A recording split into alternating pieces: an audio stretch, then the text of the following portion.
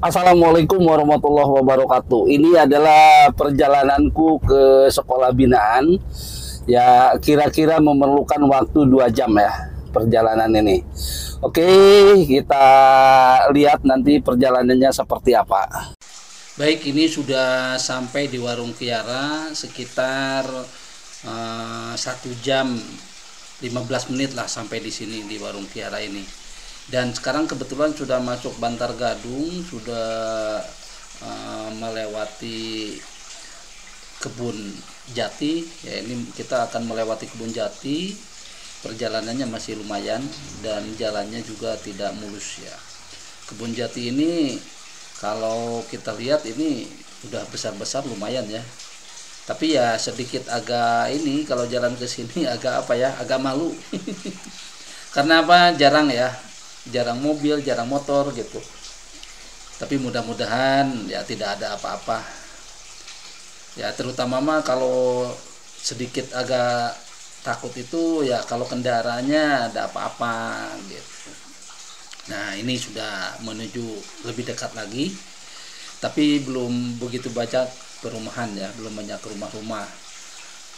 Dan tentunya kalau ke sini saya biasanya diawalkan atau lebih pagi ke sini supaya nanti pulangnya tidak terlalu sore gitu. Nah, ke sini sekarang jalannya mulus, bagus karena menurut informasi ke sini ada pabrik ya, bukan pabrik ya, maaf, ada peternakan ayam ya, ada peternakan ayam. Jadi yang ngebangunnya katanya gitu ya dari situ. Nah, ini kebetulan udah mau sampai ke sekolah. Ini pagarnya, pagar sekolah, dan lumayan ini sekolahnya besar gitu ya, luas lah karena tanahnya juga ini dari perkebunan. Ini didapat dari perkebunan, alhamdulillah katanya sekian tahun yang lalu. Nah ini dia luas kan, ini SMP PGRI Bantar Gadung. Lalu saya ngobrol dengan kepala sekolah. Ini kepala sekolahnya masih muda ya, kepala sekolahnya masih muda, Pak Yayan. Dan ini baru 1 tahun ini jadi kepala sekolah.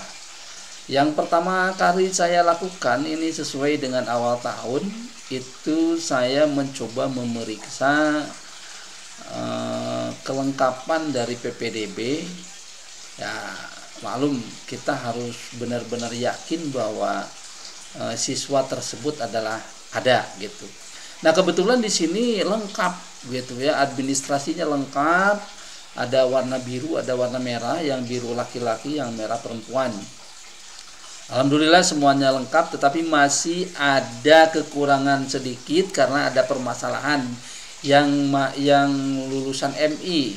Yang lulusan MI katanya ijazahnya belum selesai, jadi belum bisa didapat. Tapi saya sudah meyakinkan kepada kepala sekolah bahwa sebelum bulan Agustus itu semuanya harus sudah terkumpul, sehingga nanti lengkaplah sudah administrasinya. Selain dari melihat administrasi itu, saya juga sempat diskusi dulu dengan teman-teman guru ini, diskusi tentang kurikulum. Ya, kebetulan di SMP PGRI ini baru sekarang menggunakan mandiri belajar. Jadi masih menggunakan kurikulum 2013, tetapi di dalam prakteknya diupayakan berlatih kurikulum merdeka, terutama P5-nya yang dikembangkan gitu ya.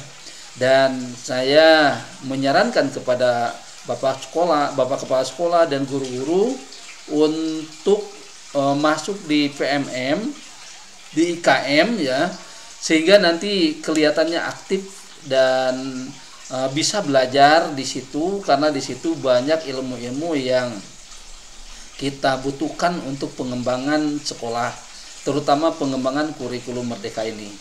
Karena di kurikulum merdeka ini tentunya guru tidak boleh disuapin.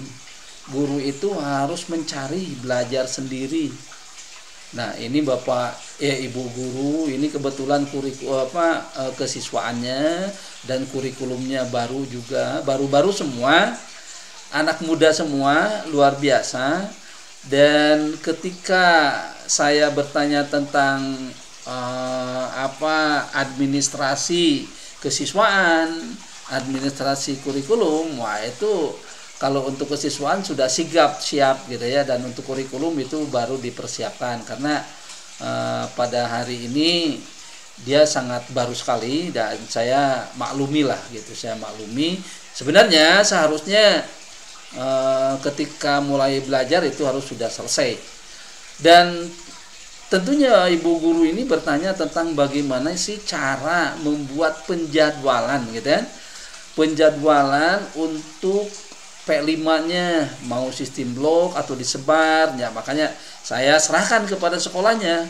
Terserah mau sistem blok atau disebar, yang penting itu sesuai dengan kebutuhan sekolah. Bagaimana agar sekolah itu tidak tidak terganggu juga mata pelajaran yang lain. Contohnya misalkan gini, ketika kita melakukan P5, lalu P5 itu ternyata memerlukan alat di kelas misalkan atau apa kegiatannya, lalu disimpan waktunya itu di awal atau di tengah-tengah. Nanti pas mau ganti jam ada kegiatan lain, kotor kan, repot juga. Baik, setelahnya saya diskusi ya sekitar 1,5 jam lah, 1,5 jam diskusi. Saya coba keliling untuk melihat gimana sih SMP PGR itu secara keseluruhannya, bangunannya, lahannya, ternyata indah sekali, bangunannya bagus gitu ya. Di sini nyaman lah, kalau untuk tempat belajar itu sangat nyaman sekali untuk belajar, cocok untuk belajar bagi anak-anak kita.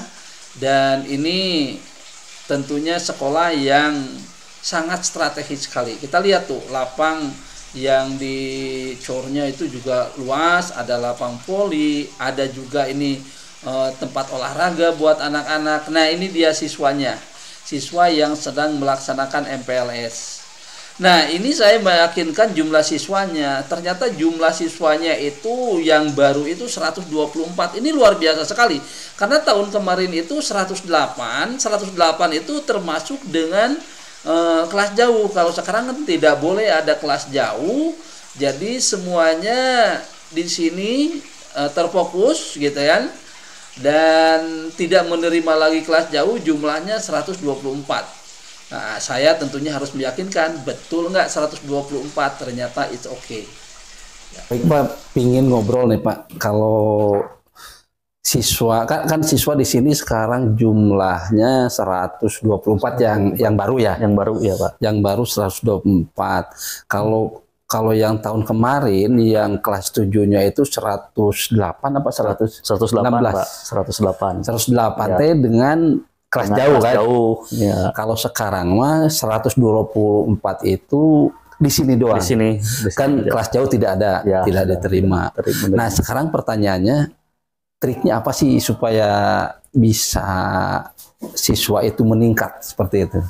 Yang pertama mungkin Pak, kita bekerja sama juga dengan guru-guru SD yang ada di lingkungan SMP PGRI Bantar Gadung.